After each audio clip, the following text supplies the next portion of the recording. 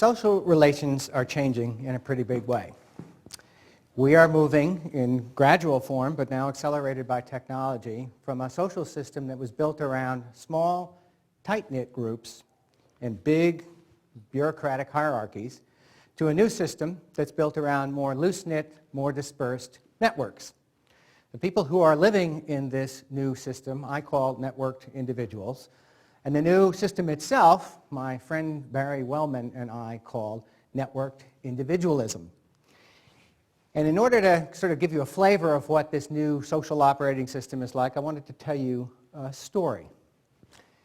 Trudy Johnson Lenz is a native of Portland, Oregon, and one morning in the pre-dawn, she was walking from the street in front of her house back up to her front door.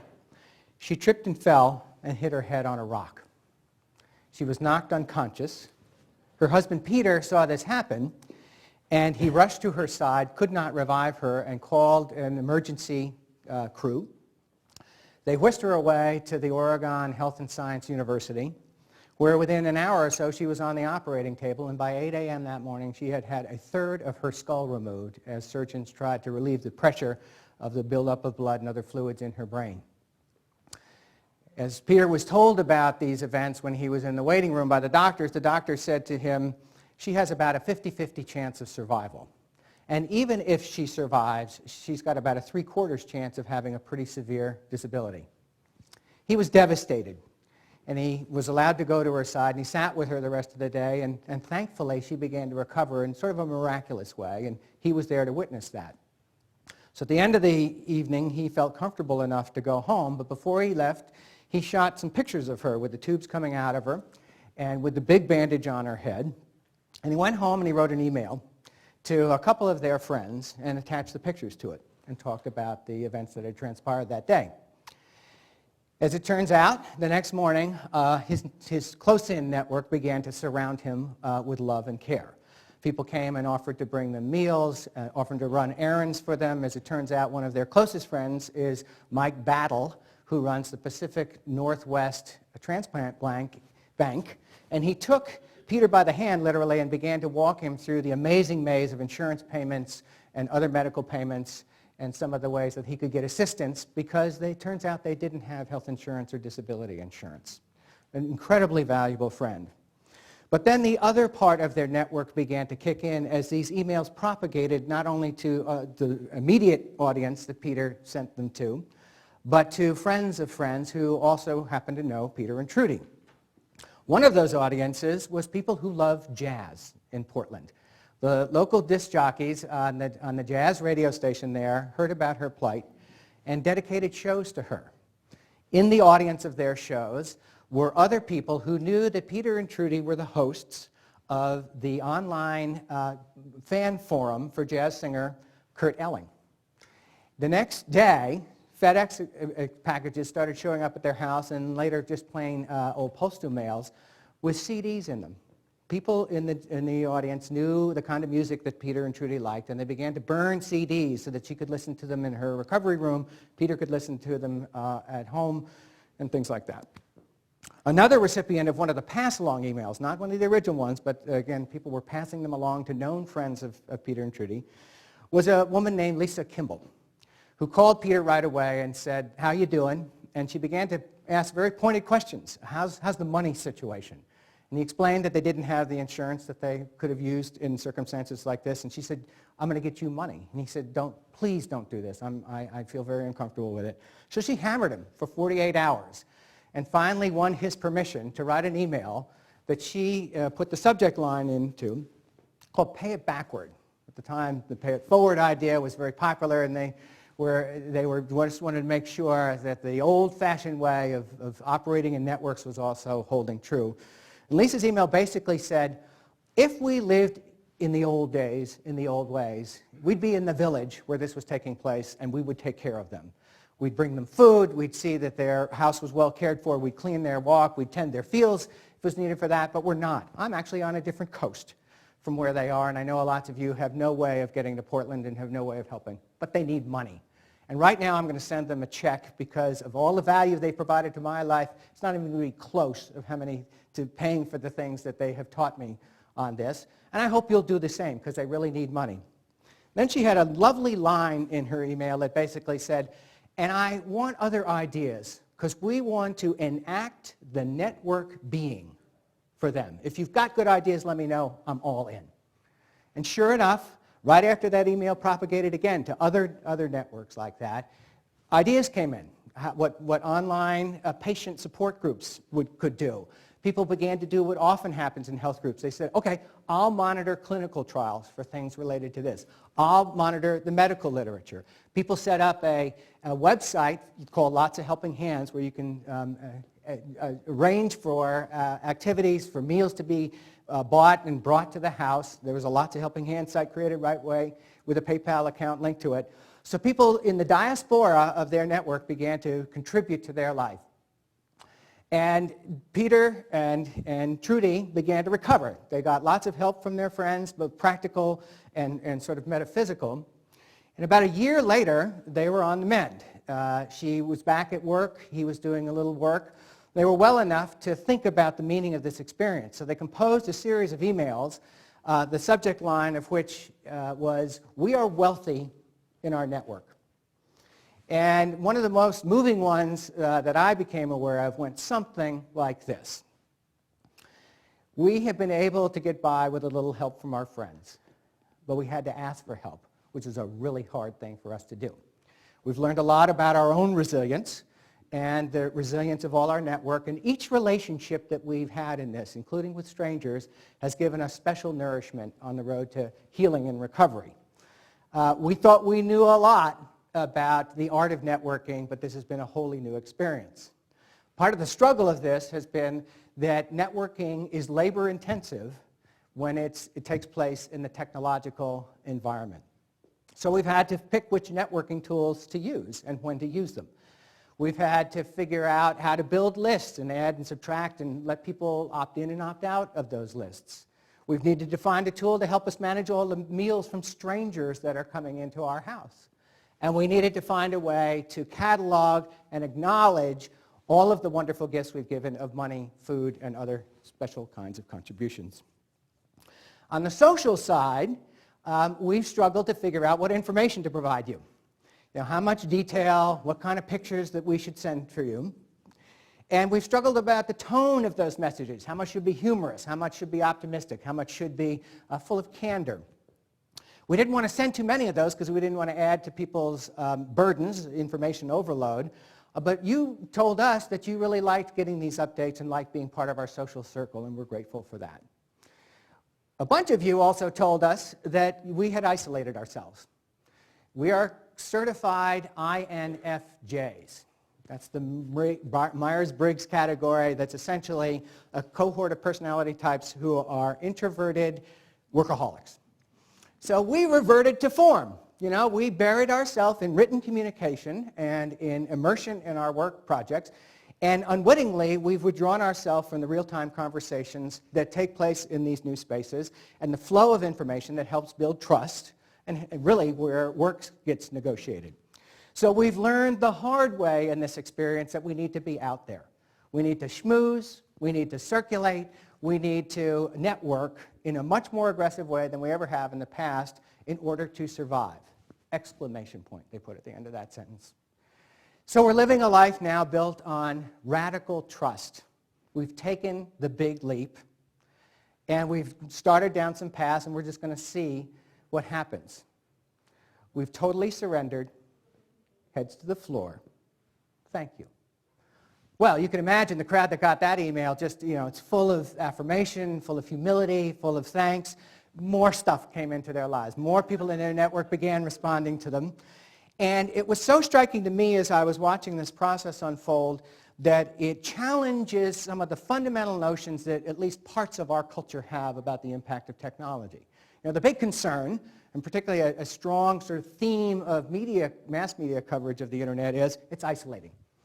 People, it's attenuated friendships. We are withdrawing social support from each other. We're living these sort of stunted electronic lives rather than rich face-to-face lives. And what really is happening with networked individuals is, yes, their patterns of communication and relationship are changing, but our data show that there's more communication taking place, that there are more communities being built, that there's more support being offered, sometimes in different contexts than others, but it is not the stunted social world that the critics might have it. And a big part of that story, of course, is the changes that the technology have brought to the networked individual's life. There are three revolutions that we've watched transpire during the life of my project at the Pew Internet Project. The first revolution is the Internet Broadband Revolution. We did our first survey in March of 2000, so we're sort of midstream in the Internet adoption story in this country, and 46% of adults, 73% of teenagers were using the Internet in March 2000. The latest data we've got about 2 weeks ago says that 78% of adults and 95% of teenagers are using the Internet. And it was an amazing thing to watch during the 2000s as people transitioned from the dial-up world to the broadband world. 63% of Americans now have broadband connections at home. And as they migrated from the dial-up world to the broadband world, they did a lot more on the Internet. It was built more deeply into the rhythms of their life. Their repertoire of things that they did online grew. The amount of time they spent online grew. The amount of video they consumed grew. But most importantly, as far as the perspective of sociologists is concerned, they became content creators. Something about that high-speed wire helped people pitch their voices into the fray. 2/3 of adults, 3/4 of teenagers are content creators of one kind or another. Not necessarily profound. They're tweeting, they're updating their statuses, they're posting on their walls. Sometimes it's really simple stuff, sometimes it's really crude, and sometimes it's not pleasant stuff. But it's democratized media in the sense that they are now doing the same thing that big media companies used to have as their exclusive province just a generation ago. And it's given new voice to people in politics. It's changed the way that people have gotten health care in the country. It's changed the way they've gotten news and other kinds of media in the country because now people are active participants in the process of doing that. So that's revolution number one. The broadband revolution itself brought people into a very different frame of mind as they were engaging media. The second is the mobile revolution. These new data show that 84% of Americans own cell phones. 35% of Americans have smartphones. And 63% of Americans connect to the Internet wirelessly, either through those smartphones or through a card in their laptop, Wi-Fi, WiMAX card or something like that. And the big change that came as people went to the mobile environment was that they took advantage of the anytime, anywhere, any connected device connectivity that they had. They could deal with their friends, they could consume information, they could watch media, they could create and share media because they carried around very powerful tools in their pockets and their purses that became part of the story of how they were engaging in these new media spaces. Okay, broadband, mobility. The third revolution is the social networking revolution. Social networks have been around forever, but the technological rendering of them has made a really big difference in the way that people think about them. You know, our ancestors didn't think, oh, I'm in a network now. We probably think a lot more vividly about it than they did. But they've also given us a sense of the pervasive availability of people in our network. We're aware of a lot more of what they're doing as we watch the things that they post in those sites and as they watch the things that we post. So there's a ton of information being exchanged in new kinds of ways in these social networks. And it's given people the sense that they can reach out and connect with friends and even friends of friends and even beyond that in very powerful ways.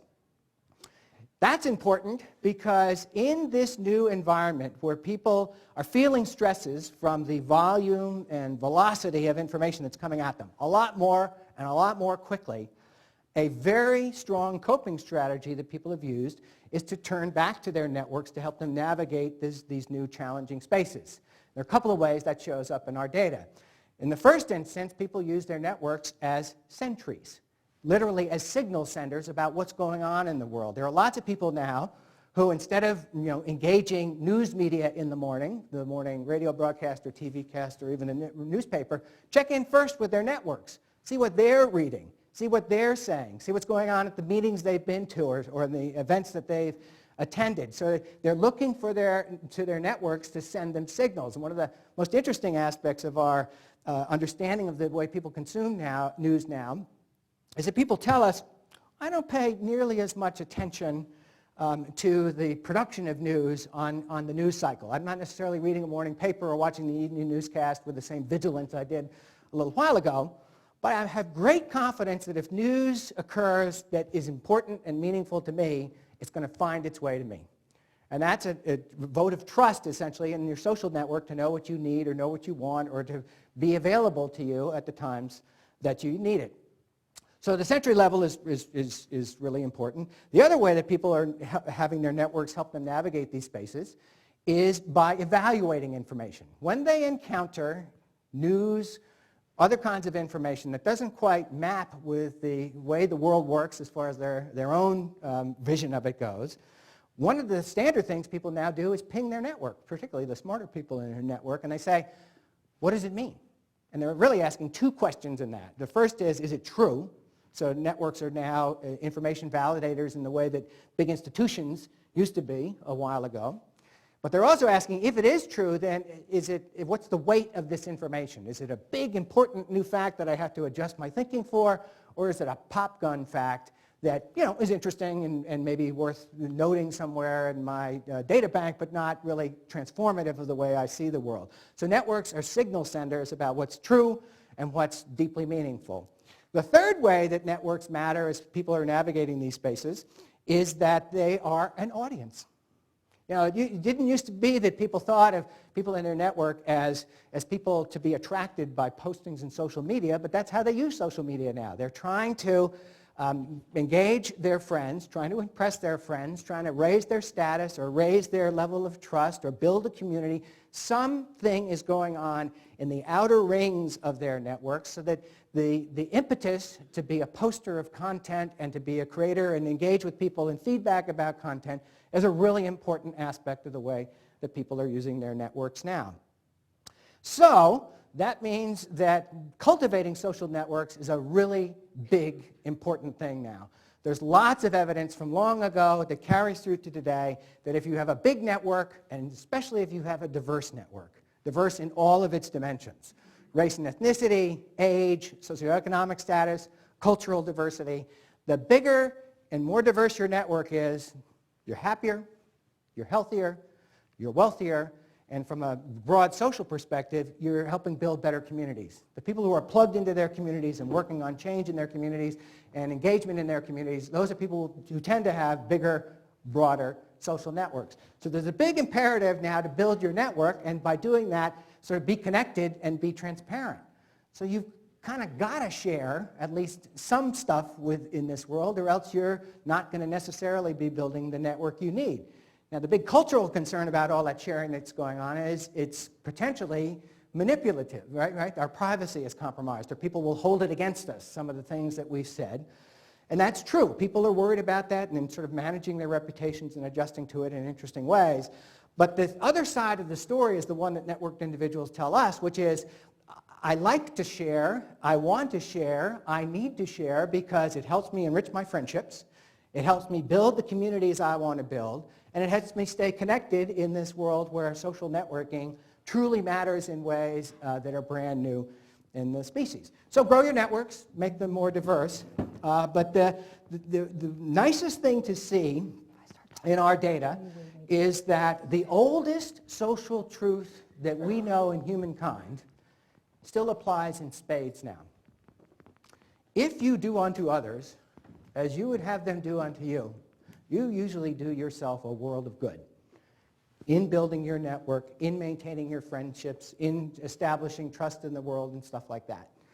So I have a friend who says that this is sort of a fraught space because we all live now in a state of mutually assured humiliation.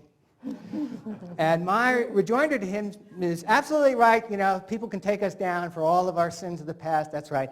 But we also live with the possibility of mutually beneficial affirmation. So if you follow the golden rules, the chances are is you're going to do really, really well in this new social operating system. Thank you.